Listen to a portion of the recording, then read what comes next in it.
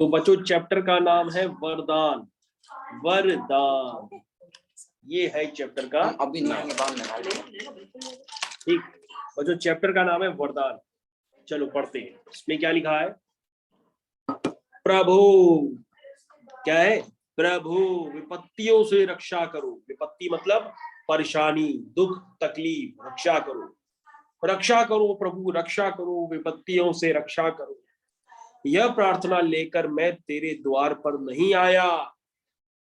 विपत्तियों से भयभीत ना हो। फिर से पढ़ते हैं बच्चों। प्रभु विपत्तियों से रक्षा करो। यह प्रार्थना लेकर मैं तेरे द्वार पर नहीं आया। विपत्तियों से भयभीत ना हो, यही वरदान दे। तो बच्चों ये कैसी पोयम है? पोयम में लिखा है पहले विपत्तियों से रक्षा करो, अब फिर लिखा है कि मैं रक्षा नहीं करवाना चाहता। बड़ी अजीब पोयम है। फिर से पढ़ते हैं। प्रभु विपत्तियों से रक्षा करो। यह प्रार्थना लेकर मैं तेरे द्वार पर नहीं आया। पहले कह रहा रक्षा करो, अब के बाद मैं आया ही नहीं। उसके बाद कह रहा विपत्तियों से भयभीत न हो, यही वरदान दो। अच्छा वो कहता है मैं विपत्तियों का सामना करूं, मेरे को ताकत दो, मैं जिम जाऊं और बलवान बनूं, सिक्स पैक बनाऊं, यही वरदान दो। अपने दुख से व्यतीत चित्त को, चित्त मतलब होता है मन, चित्त का मतलब होता है मन, सांत्वना देने के लिए भिक्षा नहीं मांगता, दुखों पर विजय पाऊं, यही आशीर्वाद दे, यही प्रार्थना है। तेरी सहायता मुझे मिल ना सके तो भी वह वर दे कि मैं दीनता स्वीकार करके अवश्य ना बनूं। मेरे ख्याल से बच्चों समझ गए होंगे। संसार के अनिष्ट, अनिर्थ और छल कपट ही मेरे भाग्य में आए हैं, तो भी मैं तेरा अंतर इन प्रार्थनाओं के प्रभाव से छीड़ ना हुआ। मुझे बचा लो, यह प्रार्थना लेकर मैं तेरे दर पर नहीं आया। केवल संकट सागर में तैरने रहने की शक्ति मांगता हूं।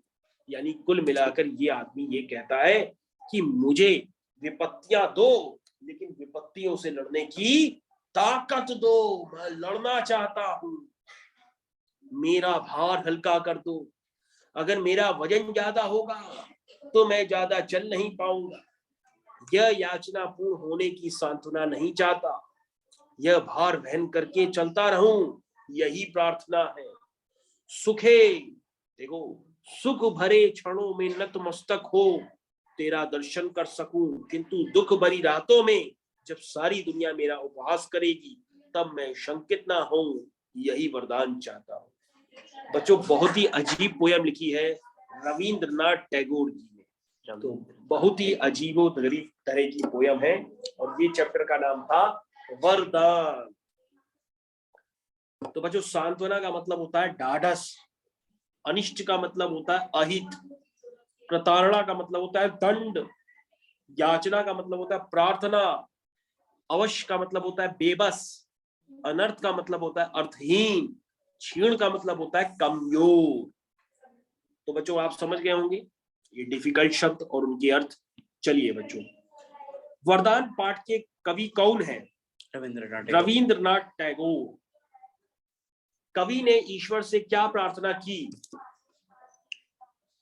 मानसिक बल देने की, आत्म बल देने की, संघर्ष की उपयुक्त सभी। कवि ईश्वर से किसकी भिक्षा नहीं मांगता? सुख की नहीं मांगता, सांत्वना की नहीं मांगता, धन की नहीं मांगता, सबकी नहीं। कवि किस पर विजय का अभिलाषी है? सुखों पर, भूख पर, स्वयं पर, दुखों पर। कवि ईश्वर से कौन सी शक्ति मांग रहा है? मुसीबतों से संघर्ष करने की शक्ति, जादुई शक्ति, तांत्रिक शक्ति, यांत्रिक शक्ति, पहली मुसीबतों से लड़ने की शक्ति।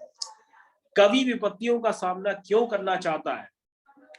संघर्ष के लिए, यश के लिए, सहानुभूति के लिए, उपयुक्त सब कुछ। तो ये है बच्चों, तो डिफिकल्ट शब्द भी आपको समझ में आ गए। सांत्वना, ढाढ़स, अनिष्ट, अहित, प्रताड़ना, दंड, याचना, प्रार्थना, अवश्य, बेबस, अनर्थ, अर्थहीन, क्षीण, कमजोर। तो बच्चों ये थे आपका चैप्टर। समाप्त हुई।